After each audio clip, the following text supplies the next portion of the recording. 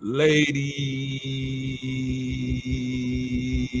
and gentlemen, welcome, welcome, welcome in. Them sports dudes is at it again. And I got some very special guests with me. Robert at WTP for life. How you doing this evening, homie? Man, I'm feeling really, really good this evening, man. Ready to get it on tonight. Glad you got me on tonight. Good to be here. Good to see my man Mossberg in post game. I'm glad to be here. Let's roll. Yes, sir. Yes, sir. And I got my homie Mossberg of Level Up Sports 10. How you feeling this evening, homie? Man, feeling pretty good, man. Thankful, man. We back, as one take Zay says, with another banger. It's just good to be here, man, with the guys, seeing the faces amongst everything that goes on every day in our life. Within doubt, we could come here and cook. I love it. I'm glad it was on a Thursday with everything going on, and it's just great to be here, man. Let's cook, man. I'm glad, definitely. Oh, yes, sir. It's going to be a whole lot of cooking tonight. But first, ladies and gentlemen, these are some of the finest sports analysts you'll find on this here YouTube app. So, fellas, man, we all know what the people came here to hear about. The NBA Finals is on freaking fire right now. And it was an unbelievable game four last night. How you doing? Who is that? Queen Diamond. Make sure you like and subscribe. We appreciate you being here. So we'll get right to the questions, fellas. Oh, I got that twice. Okay, I'm sorry. The Knicks, and I'm gonna start with you, Rob. The Knicks came back from 29 points in the second half to defeat the Spurs. Was this the most amazing comeback you've seen? Most amazing comeback I've ever seen. No, I wouldn't have put it as the most amazing comeback I've ever seen because man, Reggie Miller, what was that, 8 points in freaking 18 seconds? That might be the tops, bro. To see somebody be able to do that when you feel like the game is done, you down 8 points with 18 seconds left, and you pull out a victory, that might be the greatest one ever. But this one last night by the Knicks was definitely the greatest ever in an NBA Finals, that's for sure. Yeah, I can dig it. I can dig it. I mean, there's so many, and I'm gonna get to that, but there's just so many great comebacks. I don't know if I've seen one in the finals as you just spoke on, but Mossberg, what's your thoughts on that, man? Is this the greatest, this the most amazing comeback you've seen? Man, I'm a say most amazing to see in an NBA Finals. But I'm gonna say second to none when you think of a game like Wemby, his greatness. You think of Brunson, the Brunson takeover, his greatness that's unleashing right before our eyes. I'm gonna take it back to 2011, the big German Dirk Nowitzki against the Heat in Game Two, and it continued throughout that series, and it propelled the Mavericks. So even though it wasn't quite 29, I'm gonna say in comparison with the fact of it being against LeBron, Wade, Bosh, and we know what that Heat team was like then. So I definitely put this finals definitely up there. And like Unc said, that Reggie Miller, and then one that wasn't an NBA finals. Shout out to Chris Jackson, Mahmoud Abdul Rauf, his 34-point comeback with the Nuggets back in the day. Charles Brown, one of the guys, his boy against Michael Jordan and the Bulls.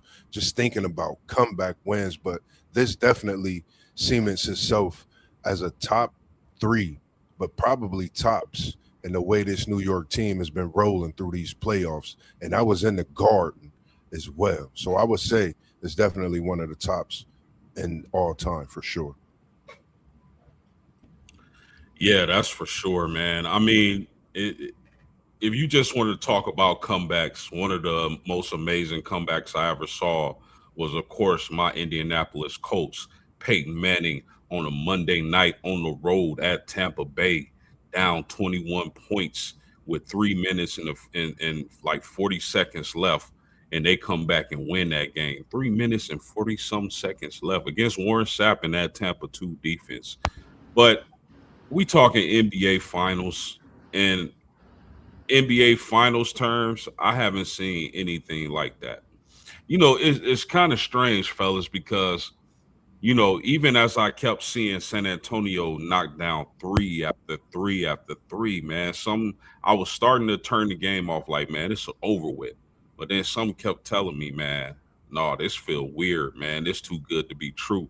So I kept the game on. And when they got it cut down to like 15, 14 points, I knew the Knicks was going to win this game. But to answer the question, man, me personally, if we talking NBA finals comebacks, I've never seen anything like that. Not in the final. They were down as much as what 30 some points in the first half. Yeah, it was down big, like about 30 points, 35, something like that in that first half. It was ugly. Absolutely amazing. And we got our man Parlay Poe in the chat. He said Paul Pierce on the Lakers. Why you gotta do me like that, bruh? Why I you was gotta going. do? I wanted to say something about that, not to cut you off, but respect because you're a Laker fan. And when you talk about that, I'm glad Parlay Poe mentioned that because you think of the Garden, you think of TD Waterhouse, Boston, New York, those are some great places. And I think these both, just to talk about these two, and then the 2011, I think you can stamp all three of these. People have really put them however they choose within their fan base, but respectably, Parlay Poe being a Celtics fan, I could understand where he coming from with that too, because that was something, and it was against the Mamba. So respect to that as well. Nothing against you post game, but that was definitely something to see, and watching the truth be himself in that series with Garnett and those guys. Yeah, no offense taken, man. That was a great comeback. Who was randomation F2C? I thought New York would become Gotham. He said the Knicks lose. That's crazy work. Fox lied on his resume. Wow. What you mean by that, homie, man? Let us know. How tall do you have to be to play in the NBA? I mean, it depends, really. I think I'm hard pressed to believe Jalen Brunson is a full 6'2". I just don't believe that. But I mean, I guess it's more so on your skills, the position you play. Y'all got anything else on that? No. I would say to see this comeback, man. Like for me, like you mentioned, it kept me into the game. You know, at halftime, I almost stopped watching it. Third quarter, I'm like, is the Knicks going to do something? And they got it down. So I was like, man, is this Brunson takeover going to happen? But shout out to OG, man. Like we talked about, man, OG has been an OG. He stepped up big time as well. And I think We go seeing we those go two we go guys, we're gonna get to that. We're gonna get to yeah, that. We're gonna get to that, homie. And I'll stay right there because I'm coming straight to you. What do you think was the biggest factor of the Spurs losing this lead? OG, OG, and a Brunson takeover. I think you got to respect both of them because they both stepped up big time. Brunson shot 50% in this game. We'd seen the shots he took the game before, but Brunson definitely played his part. And OG, man, shooting the ball well. He had that killer instinct, as we talk about. He had that dog in him. He came ready to play in game four, as he's been doing throughout the playoffs in this final series. So I would say OG was definitely balling on a different level last night. So you got OG as the biggest factor. What say you, Rob? What was the biggest factor of the Spurs losing this lead? The Spurs, whatever their game plan was, after they got that big old lead and Nick started chipping away at it, I think I heard maybe Charles Barkley or somebody say you got a 29-point lead or whatever it was, and you jack up eight straight threes. Like, come on, man. When you got a lead like that, you want to go ahead and keep on getting as many of those easy twos as you can, or get to the free throw line so you can make sure that you're getting points every time down the floor, whether it be a two or whether you're going to the free throw line getting at least one, two, if possible, if you knock them both down.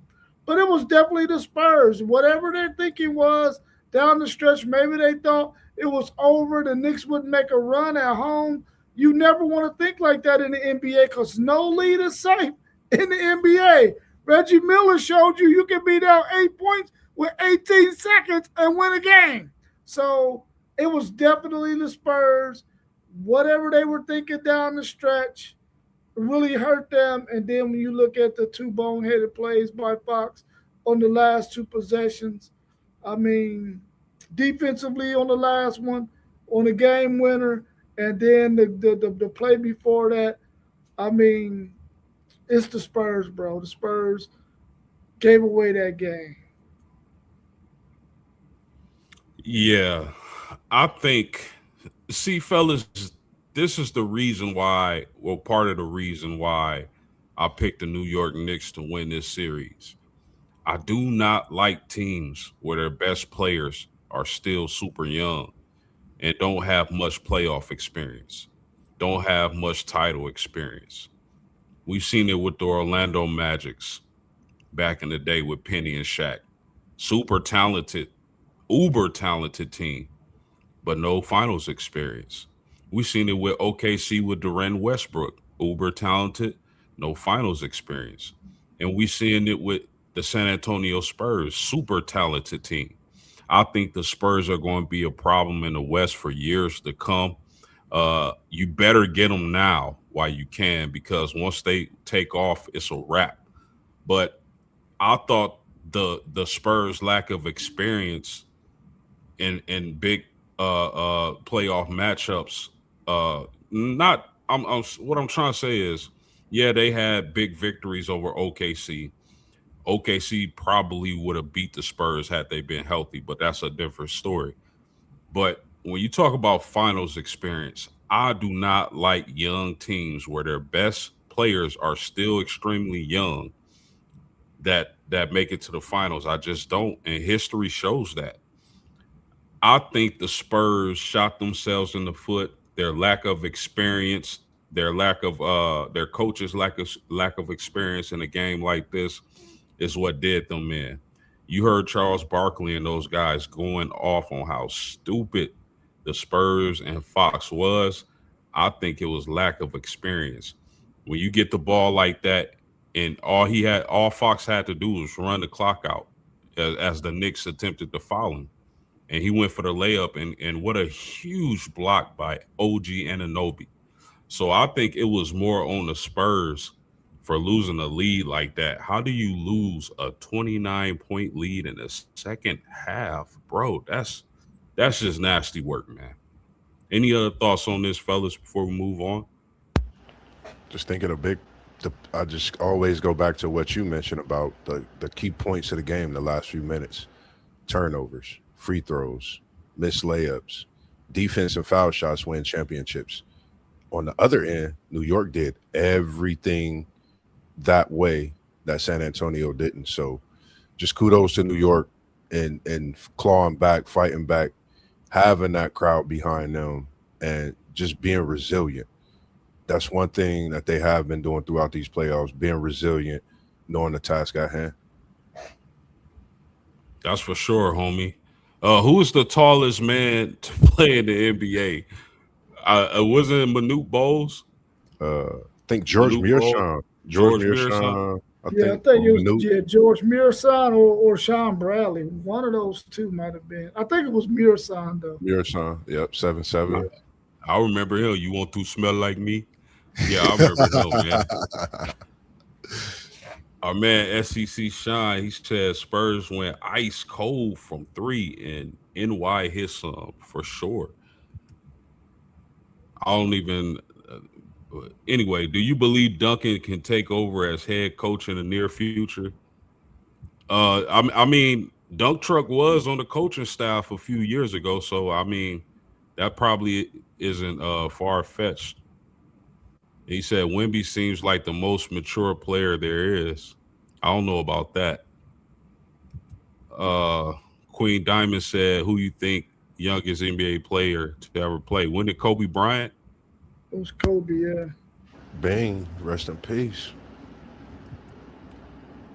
Guns and Magnolias said the NY fans is lame. Yeah, they wild. Duncan would Oh, SEC Sean said Duncan would be great for Wimby. Absolutely, man. And I'm Yeah, pretty sure the dunk truck is working with Wimby behind the scenes for sure. agreed. Let's move on though. I'm gonna start with you on this one, Rob.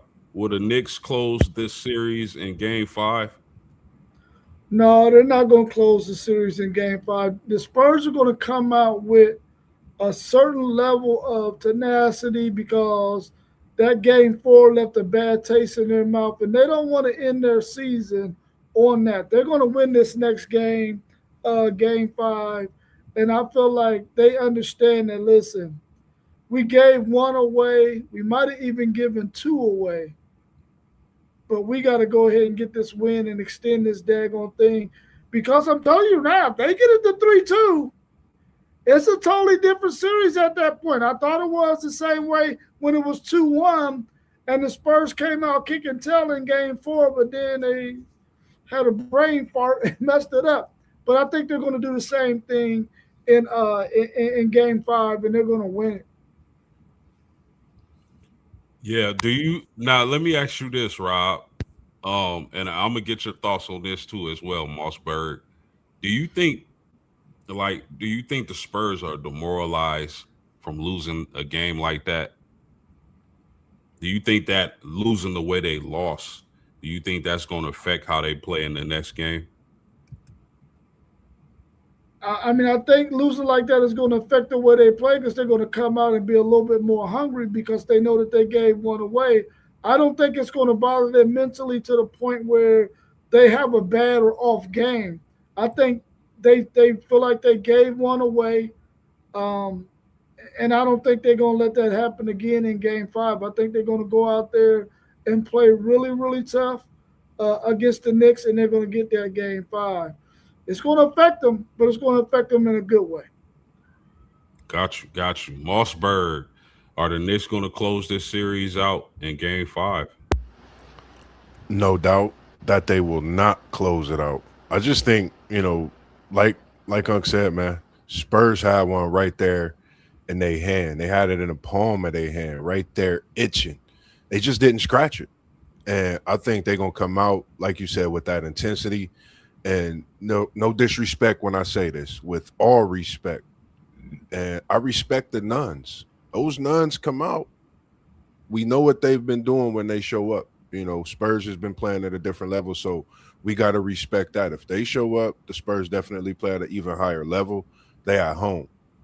Everything that they've been dealing with these last few games, this last week rather, on the road in New York, the fans and all of that, I think a lot of that has a part into this Game 5. I think San Antonio comes out.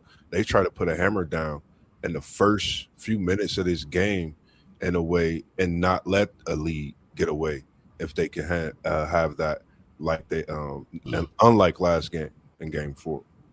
How do you think losing like that affects them mentally? How do you think that affects their game in Game 5? And that's a great question. Going through that as a player, um, we went through that, but we won the game. And when you have to battle back in a game that you could have won, being in that position before, getting to the tournament, we was in that position again. You know, we let the crowd be the crowd. It was a neutral site, so we let the crowd be the crowd. We just went out and played. We did what we knew we had to do to win the game. At the end of the day, it's up to us on the court to determine that win. We got to listen to what the coach is telling us, and we got to believe in what he's telling us as that game goes on. Whether you in the game or whether you out the game, you definitely got to cheer your teammates on. So I think it'll have no mental factor on San Antonio. I think it helps them adjust more, knowing they had it right there to where they could play even stronger to get this game five win coming up. Fellas, I originally said the Knicks in 6. And I'm going to stay with that because although I think that there's a strong possibility that this young team isn't mentally strong as probably they're going to be in the future, and I think there's a real opportunity for the New York Knicks to drive that dagger in their heart on their home court. The Knicks are undefeated in this series in Texas, but somehow, some way, I think this series makes it the 6, and they're going to New York City. It'll be over in 6, but New York City is going to go absolutely nuts if the Knicks are able to close this series out at home. But then again, putting my T1 of City League TV hat on, the NBA might want to avoid a situation like that, and the Knicks might close them out at home. Let's look at some of these comments, man. My man, no ego. He said New York fans are not basketball fans; they're just Knicks fans. They know little about basketball in general. I mean that sounds about right to me, fellas. What y'all think? The Spurs have had a double-digit lead in all 4 games. Oh yeah. Man. Then my man Upstate 315 ER2 said Spurs deflated, man. Haven't won a game at home. Yeah, that's a good point. That's a good point. I feel like what's happening now and with the OKC is going to make the next couple of years really interesting. By the way, do you have hooligans like soccer teams in Europe? Bro, what's a hooligan, man? Man. What's a hooligan? Like I know what it is, but is there like a specific Yeah, what that's you what saying, I bro? need to run to. Both teams choked late in the game yesterday. That's a fact. Gavin Sarabian said it's done for. We gonna see. Felly 6'4" Abel. Only way to lose is for the Knicks to win at home. And 10617. Thank you for tuning in. Said NGS Mad AF Spurs got smoked. Upstate right back in that chat said Mad Southern boys. My goodness, man. We Midwest guys, man, but thank y'all for those comments, man. Make sure y'all Yeah, it's like and subscribe, man. We appreciate y'all for go ahead, Moss. nah. I didn't mean to cut you off. I was about to say that to get into the context, just to say something about when you say some some people in New York are just Knicks fans. No disrespect, but some people, shout out to the ones that do follow Nick basketball and watch Nick basketball because you do got some that have no clue of what's going on. May not know the history, but it's a good time to get up to date on it. That way you will know what you represent and then know what's going on in the city. When it comes to this basketball, and I would just say Spurs is Spurs in 7, man. I'm gonna still say that 106-17. I still got the Spurs in 7. It's a great series going on, but it's not over yet, man. Not to the fat lady sing, man. Mossberg, you got to take the L out of lover, bro. It's a wrap. You got to take that L out of lover, bro. Now, I know you a lover, but man, you got to take the L out of it, man. It's over with. Man. You got anything on that, Rob? No. Well, man, listen, New York Knicks fans, man, that's the mecca of basketball in a lot of people's opinion. So I don't know if I agree that just because they Knicks fans and they think that they don't know anything about basketball, because I mean we've seen movies made because of Rucker Park and some of the stuff that goes on there, and some of the greatest basketball players of all times have ventured to New York to play at Rucker Park. So I'm quite sure those Knicks fans aren't only just Knicks fans who don't know anything about basketball. I think they're Knicks fans because, of course, they're in New York, but they also know something about some basketball. Yeah, true that, Rob. Hey, Juan, man, man, that photo is hilarious. He said we're gonna play sweepers when we win next game. Y'all really think y'all coming back? He said getting sturdy on Wimby floor. My goodness, man. Y'all going in the chat tonight. We Let's go, appreciate it. man. We appreciate it, man. He said get sturdy on the Wemby floor. That'll be classic, man. Cause I ain't gonna lie, that sturdy is it's a thing, man. I like when they do they sturdy, man. Shout out to it, man, for sure. It's crazy. Mossberg, I'm gonna start with you on this. Yes, sir. LeBron James in Time Magazine said, "I'm not taking anybody over me." What do you make of his comments on being the greatest? Do you cause I'm one to think like if you the greatest, you don't gotta say it. Rob, I mean Mossberg, if you we know you cook, you a great chef. If you at the Waffle House cooking and there's three, let's say they got three elite chefs, you one of those elite chefs. You go around saying I'm the best cook here, but the other guy doesn't say anything, and the majority of people request him to cook their food. You see what I'm saying? Yes, sir. So what's your thoughts on this comment, bro? What do you think about that? Man, is crazy. No disrespect when I say this because that happened today at work, bro. That happened today at work. This is my first day up at the spot in a while. I don't tote my horn. I just do what I do. I love to cook. It's a passion. So when I do what I do, I'm not looking for nothing. I'm actually looking at your face when you take that first bite to see what you do after that first bite, post. So what I seen Mike do when he came into the NBA is stamp himself. I seen LeBron stamp himself. I seen Bean, rest in peace, stamp himself. So when you talk about greatness, what Mike did is went to the NBA Finals and stamped himself as the greatest. So no disrespect to the king. I know this is Unc's man, but I'm going with Mike as the greatest. And I feel where he's coming from. You don't want to put nobody above you because I had that talk, people, who the best between you and your brothers. I'm not answering that question. You know where I stand, but that's for you to debate. That's for you to decide on. But I'm going M. Bro, you watch people take their first bite, bro. I literally watch people get they bite and they don't even know I'm watching them. They might take that bite and I catch them by the time they chewing the whole nine post. When I say it seemed like it already to hit their belly and they still chewing it, it's crazy work, man. I love what I do. And just the other day, I was cooking out west and a lady said, "Are you the regular chef?" She said, "Well, we're gonna have to let the cook know that's been here that he got a lot of competition because you did your thing on this, and this was regulars. First time ever cooking for her and her husband.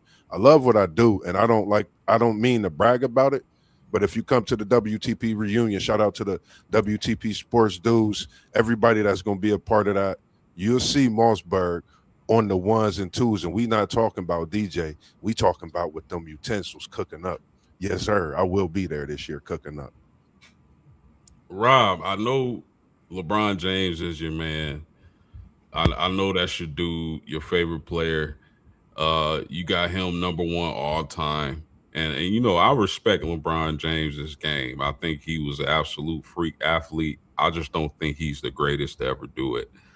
But he's definitely up there. But in my opinion, but what did you think when you heard those comments? You heard about those comments he made.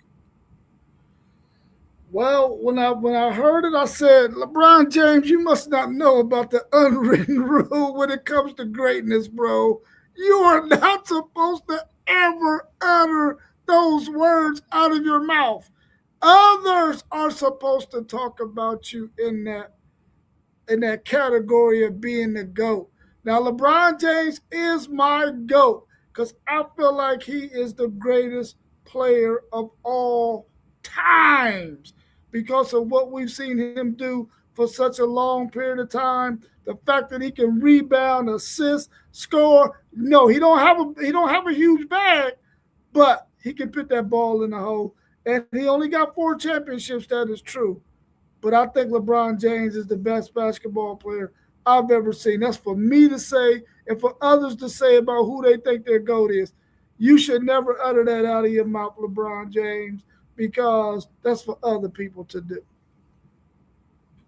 What do you make of that? Like I get it. Like I think we all agree others should say that, but like, do you think him being raised by only his mother, plays a part in him, thinking and saying things like that?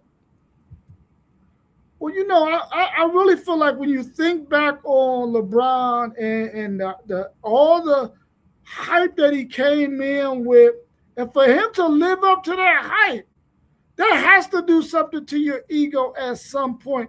Man, I came in with more pressure than any other athlete ever, probably in the history of sports. I lived up to the billing. I handled all of that, even some of the scrutiny that I had to deal with. And I became the all time leading scorer in NBA history. He might be close to being the all-time assist leader if he's not already the all-time assist leader. He's broken all kinds of records. So when you get to that point and you've been scrutinized, you've been held up on a high pedestal in certain areas, you probably get the big head and you get the ego, and you probably feel like, man, I gotta say I'm the greatest. But he shouldn't have done that. Yeah, and when I say that, that's nowhere near a diss to the sisters, man. I'm a product of being raised by a single mother. So I'm not saying that, you automatically are some type of a person because you're raised by your mother. I just know that when you're raised by a single mother, you miss a lot of masculinity in most cases. So that's why I added that. But fellas, I just think, when you the best, you ain't gotta say nothing. Yeah. 'Cause- yeah. Let me answer this for no ego though. He said no clutch gene. Bro, come on, man. He brought a championship to the Cleveland Cavaliers, bro. And think about when he was at Cleveland the first time and the teams he had to get over to even make it to the championship.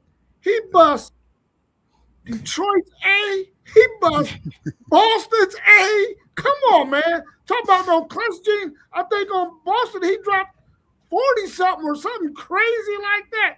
Yeah. He got clutch gene, bro. And if you look at his stats, he probably got more clutch game winners than a lot of people you might think is the GOAT over him. Go check his record because he got the clutch gene, that's for sure. Ooh, I like that take. Clip that. Man, I disagree with Rob, but we not gonna get into that today. I'm gonna let him be great, man. I ain't.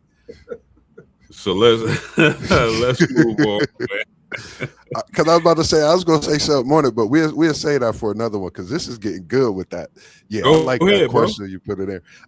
When it comes to the clutch gene, when you thinking of a clutch, you got to think of LeBron. He's not always been clutch at shooting. So I'm thinking of the clutch. He's made a block. He's made that pass. He's gotten those stats to be that clutch player when they need him to be clutch. Now, I think other times there may have been players that he may have thought could have been more clutch than him based on what he has in his arsenal, based on the teams that he played with. But that's just my thoughts on that, in my opinion. Man, that's a good one, Post. I like that. I like that. Yeah, man. Man, you brought It's in some always smoke with that, man. yeah, it's I always love an it. interesting topic when we, you got to talk about LeBron, man. He been doing it for so long. But my next question, fellas, I'm gonna start with you on this, Rob. The Warriors are reportedly trying to trade for Kawhi Leonard and sign LeBron James to add with Steph Curry. Would that core be enough to win a championship? Oh man, that core be enough to win the championship. I'm gonna say no. You got LeBron James, who was up in age. He's gonna be a defensive liability. You got Steph Curry, who, although he can light it up on the offensive end of the court, he's a defensive liability. Of course, Kawhi Leonard can play both ends of the court, but you don't know when he's going to decide to take a break. So I would say no. I don't want that to happen either because, like I said before, I want to see LeBron James do his farewell tour next year and go ahead and end his career. So going back to Cleveland, even if he ain't gonna play a whole lot, just go back to Cleveland, do your farewell tour, and get it over with. But I don't think that's a championship team if they get Kawhi and LeBron to Golden State.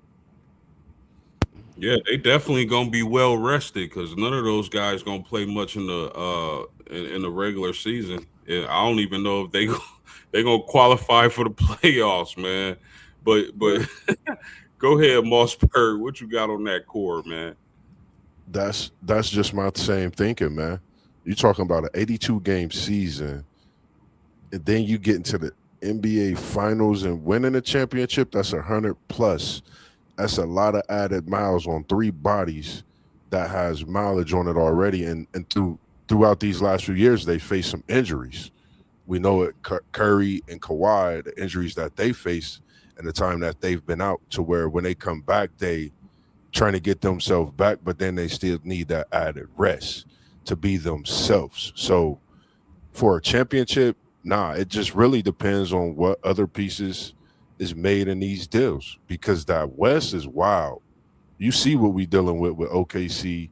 You see what we dealing with San Antonio, who now seems like the king, of the wild wild West. But we know that could change every few years. So if you want to stack Curry, Brown, Kawhi up, I would possibly love to see Brian and Curry on a farewell tour. But like Unc said, come on home to Cleveland, as we all say. Make that farewell tour here, because that luxury tax in LA, I know it's eating at the pockets.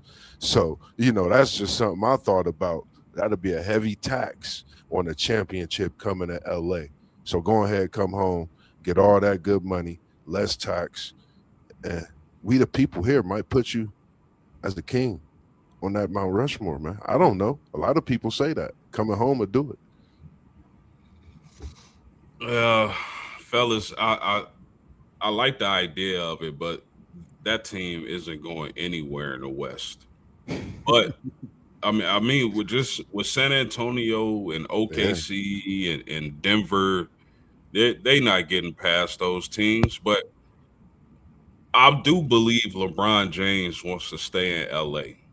I truly do, man. He's built homes. His son is playing on the West Coast. Bryce was at Arizona. I believe he entered the transfer portal. So I don't believe that. Oh, I don't believe LeBron James wants to win. Oh man, here we go. You said, "What the hell is that? The all wheelchair?" That's exactly what it is, my man. oh, Shout That's out at No exactly Ego, man. He back for another banger with us this evening, man. We appreciate you tuning in back to back. Everybody else that's oh here, man, man. keep it coming. Y'all don't know how much we grind this, man. Like you said, posting the start, man. Some hungry men loving what we do, man. And I done connected with posts after Uncton got the call. Man, it's just been special, man. So I love what we do, and that's something. The all will, man. I'm gonna just leave it at that, man. Hey, bro, that's legit funny as hell. Make sure you subscribe, man. We need you in our chats, Oh man, man. for sure. Subscribe to all of our channels, man. Um, where was I at? Yeah. So I don't.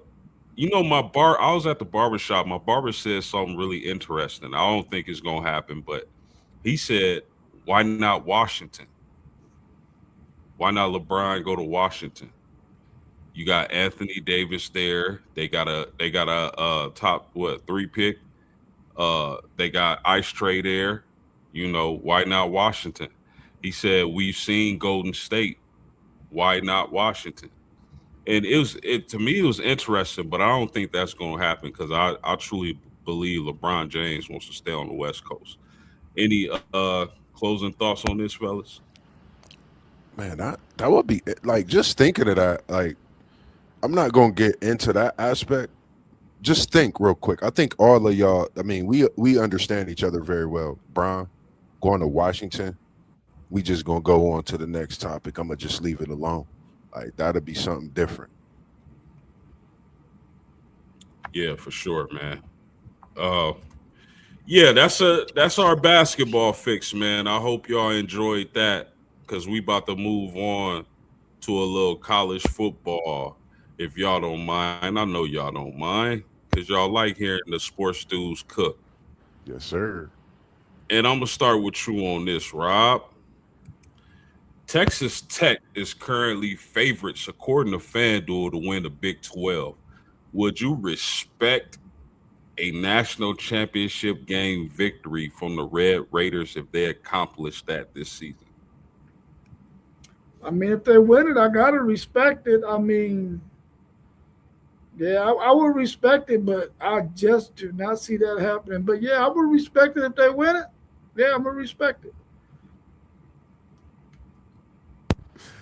You I would think respect that if they won the national championship.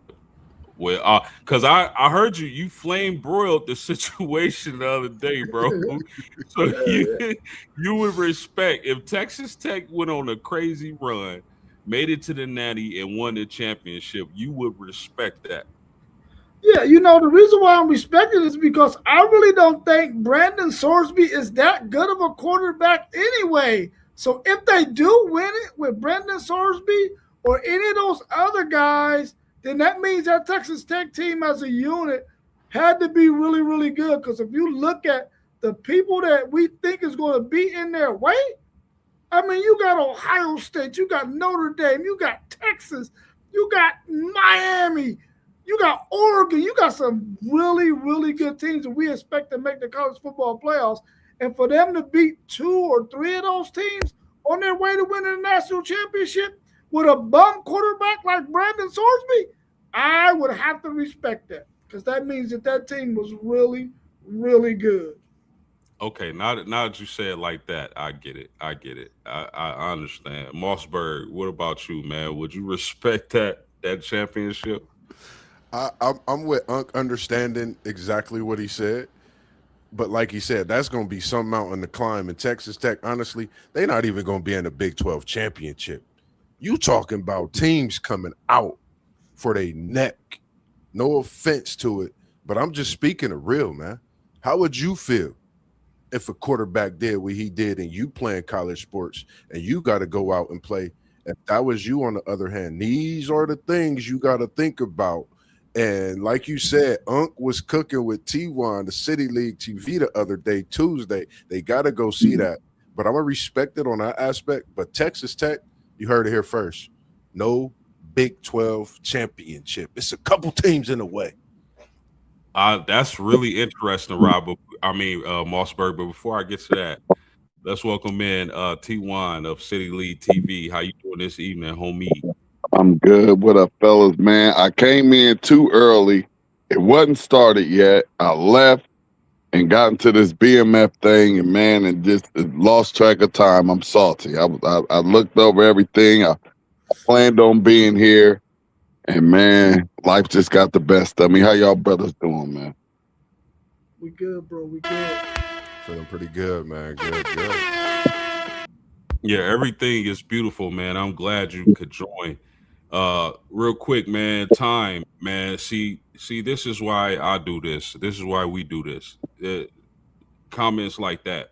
Really appreciate you, brother, man. And I'm happy to see you in here tonight. But T1, Mr. T1 of City League TV, I got a question for you, homie. If I can scroll up and find it real quick. Okay. But Uh yeah.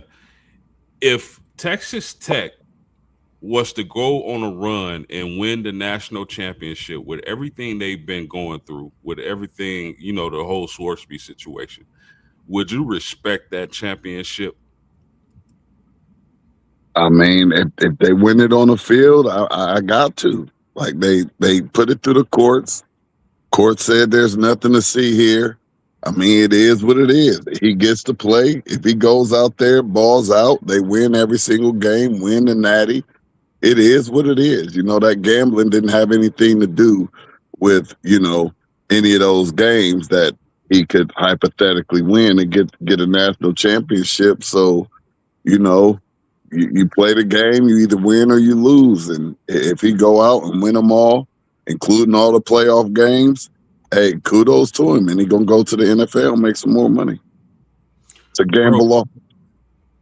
do y'all think about this? Do you know how the fan bases of every other team would react to seeing Texas Tech win a national championship after their quarterback gambled and was allowed to play this season? They would go nuts. And I'm just happy this didn't happen to my fighting Irish. Yeah. Hey, let me just say this post game. Now, just know that 150%. I think Ty got a call, man.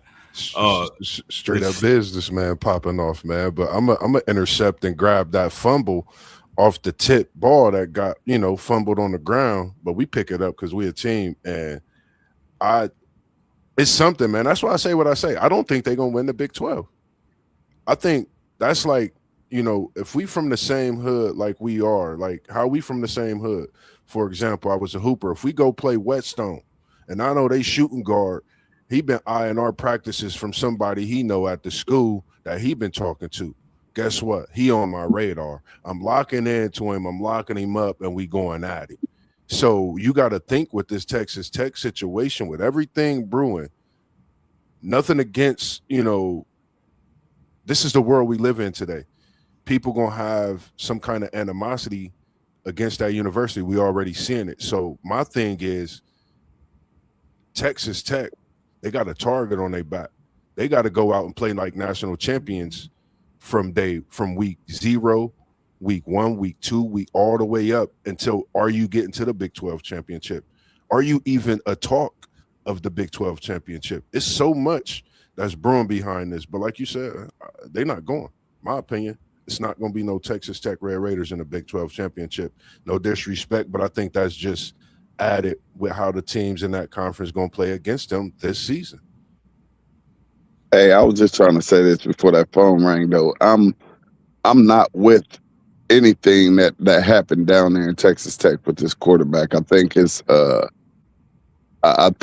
actually devastating to the NCAA for them to allow something like this to happen and act like it never happened. So, and I was just going off the hypothetical, and I'm right there with Moss B. I don't think they're going anywhere really. I think that this right here is not even going to allow them to get into the college football playoffs. I think it's going to be a little bad luck thing for them, and I don't even think they're going to be able to get to the playoffs in a weak Big 12, Pac-12, Big 12, whatever it's called. Stay right there, Ty. Because I want to ask you this: are you rooting for BYU to dethrone Texas Tech in the Big 12? And it don't necessarily have to be BYU, but are you rooting against, with everything we know and how everything played out, are you rooting against Texas Tech this year? Absolutely. Anybody but Texas Tech can come out the Big 12. Absolutely. That was an easy one. What about you, Moss? You know me. I'm checking out Texas Tech schedule right now to see if they got to go to Provo. Because if they got to go to Provo, they putting the beat down. I'm taking BYU over Texas Tech in the Big 12, whether it's in the championship game or if it's overall record. You know how I am about this BYU team. When they playing at home, they tough. But I think this adds smoke to BYU this season. It's certain teams if you think about it, last year Texas Tech got in the way of a lot of teams. Teams are coming into this year, a little more NIL. Transfer portal was good, was great to some teams, and a lot of those teams are in the Big 12 where some moves was made. And I think teams got stronger and better to compete with Texas Tech. We know what kind of money they dealing with in Texas, so I think BYU could definitely be that team to take Texas Tech out along with other teams. We've seen SEC Sean mention Houston. We see Timmy saying Utah. It's that Big 12 is up for grabs. Now that this has happened, man, it's really out there. Like you could just put every team out there and let them do their own thing this season. It's going to be something special in that Big 12. What you got, Rob? Yeah, I'm taking the field against BYU. I don't. I really. I mean, Texas Tech. I really feel like Texas Tech has given each one of these teams in the Big 12 that they're going to face a little bit more ammunition, a little bit more reason to come out there and play their hardest week in and week out. I don't think that Texas Tech, if they have an off day against a team that's coming in there because they're going to have a target on their back so big that everybody's going to want to hit that bullseye as often as they can. And I feel like Texas Tech really put themselves in a bad spot, really with every team that they're going to face in college football. And I think if they do make the playoffs, those teams that make the playoffs with them, they are going to try to give it all to Texas Tech because many of the teams across this country, if not all of them, hate the fact of what they're doing, getting Brendan Sorsby reinstated for breaking the rules. And it might even be an issue in their locker room, too. They might have some players on their team because I know there's going to be some people on that team that want things to be done the right way. And even though they're going to support their teammate and they want what's best for their teammate, they still may feel a certain kind of way that, man, this guy cheated.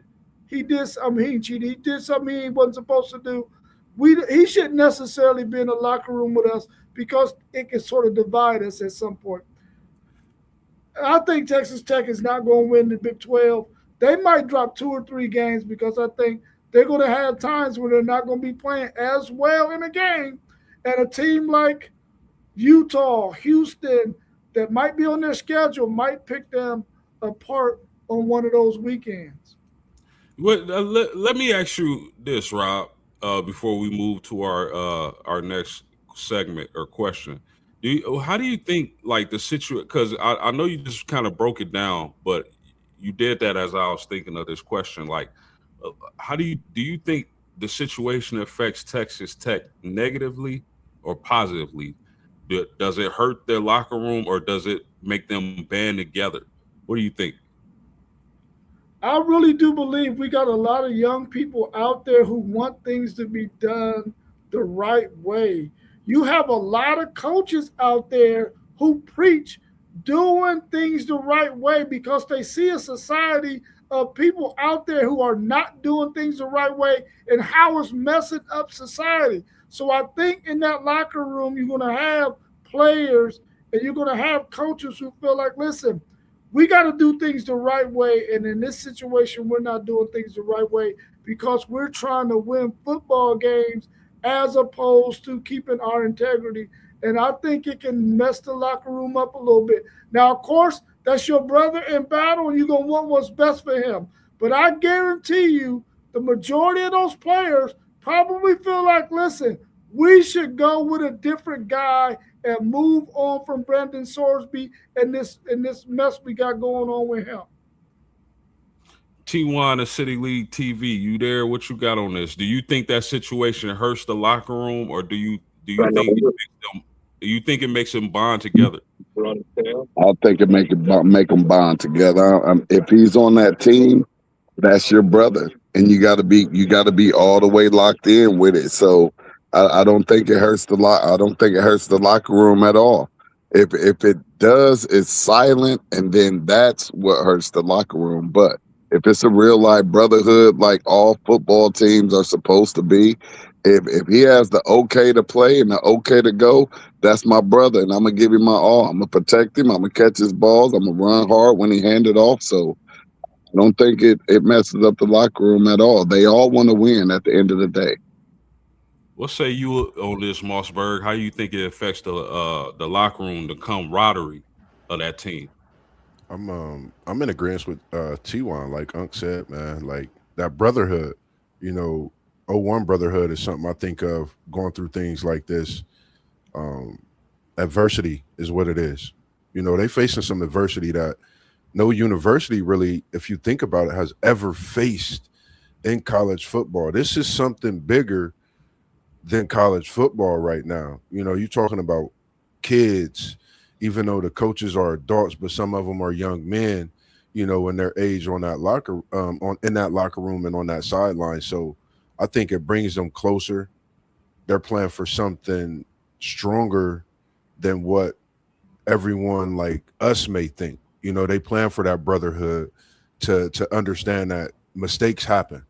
You know, that's the one thing I think within that locker room. You know, mistakes happen, and they want to get behind him and put on the show this season. So understanding with everything that we saying, it's our opinions and how we express them based on the take. I think this is just something that we gonna look at even 10 to 15 years from now, and how this Texas Tech football team after, you know, the graduating team, the team that played with this team. You know, I think that's something you look at because, like you said, that brotherhood. It just makes me think of that continued connection with each other throughout a situation like this as well. Yeah, that's some good cookups from y'all, man. So we down to our final question, and I'm so happy that T1 is in here for this question because we're gonna get into the Brown situation real quick before we get up out of here. But fellas, NFL quarterback battles. I know we in June. It's still relatively early as far as, training camp and all that. But we got some really interesting quarterback battles. And I'm going to start with you on this, Mossberg.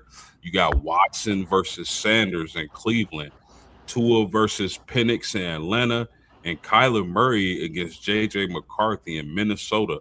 Who's going to win these jobs? And may the best man win. It's it's hard to say that Cleveland situation is tough. I think that's the toughest out of them all because you're talking about two quarterbacks that's doing very well. Um, I think Watson might edge him out. Just seeing how everybody's saying Watson's coming out playing, seeing some film, I think that's going to come down to even throughout the preseason. I'm going to choose Watson. I know how much I am about Shador. I love Shador and what he's doing, what he's bringing to the table, how he's getting better, and he has that quarterback coach there. So I think Watson wins by the hair of his chinny chin chin. Tough competition. I'm going with Penix, and I'm gonna go McCarthy. I think McCarthy's out to prove himself.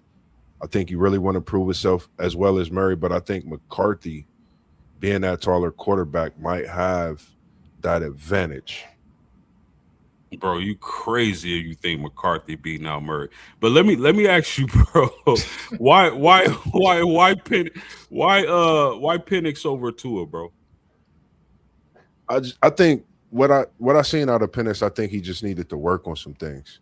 A lot of people, some of the stuff that he was going through, I think affected him last season. Just reading some of the articles, it's a tough position to be in.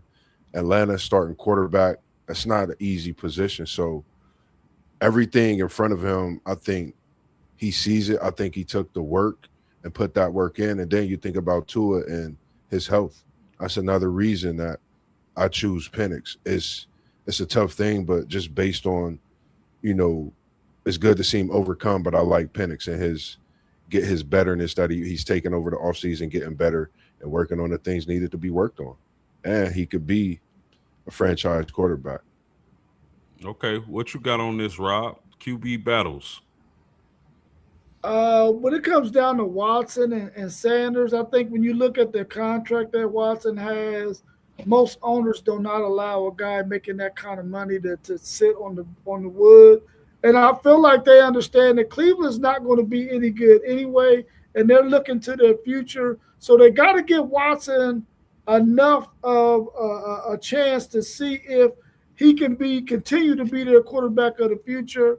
And if he can't do that, maybe towards season end, they'll bring Sanders in there and see if he's going to be their quarterback of the future. Because I think Watson's contract will be up maybe after this season or maybe the season after, so they can get that off of the books. But I think they got to start with him right now. Cost of the contract and the fact that he's probably going to have a real chip on his shoulder too, because he want to come back and show the league that he can still play. So I'm taking Watson over Sanders in Cleveland. When it comes to Tua versus Penix, I feel like Penix is going to be the one to get the nod, especially in the beginning of the season, because Atlanta, much like in the case of Cleveland, they want to see if Penix is there going to be their guy in the future, or do they need to move on after him after 3 years because of the injury prone that he has. He had it in college. He's had it so far in the NFL. But I think Tua is a good security blanket in case they decide or they be in a position to make the playoffs and Penix goes down. They got a pretty decent veteran security blanket in Tua. But I think they're going to start Penix simply because they're trying to see if maybe we need to move on from this guy at the end of the season. Between Murray and McCarthy, I don't think McCarthy is that good of an NFL quarterback. We didn't see him do a whole lot at Michigan because they ran the ball so much, and it was probably the best system for him because I don't think he can throw all that well. And they got some really good wide receivers in Minnesota. But I think Murray, if Murray can get out of his own way and not have that macho bravado attitude and go out there and be a gamer like we've seen him be in high school and at Oklahoma, we can see Murray win this, and I think Murray wins that job over McCarthy. T1, it's on you. All right. I'm gonna say that Murray wins over McCarthy as well. I agree with him there. Not McCarthy. He's just okay, and Murray, he's short. So if they can create some lanes for Murray to throw to those wide receivers and give him time to be able to throw, he actually could possibly shine in Minnesota the way that Darnold did his year. And then I'm going to go with Tua down there in Atlanta over Penix. I just believe that experience that Tua has, and Atlanta doesn't have a bad team at all. So I think the Tua wins that job. And then when we get up there to Cleveland, Watson's contract it's just that Cleveland already know that they dropped the ball on it. They lost. They don't win if Watson starts. So I'm not understanding why people are really thinking that it's some type of competition.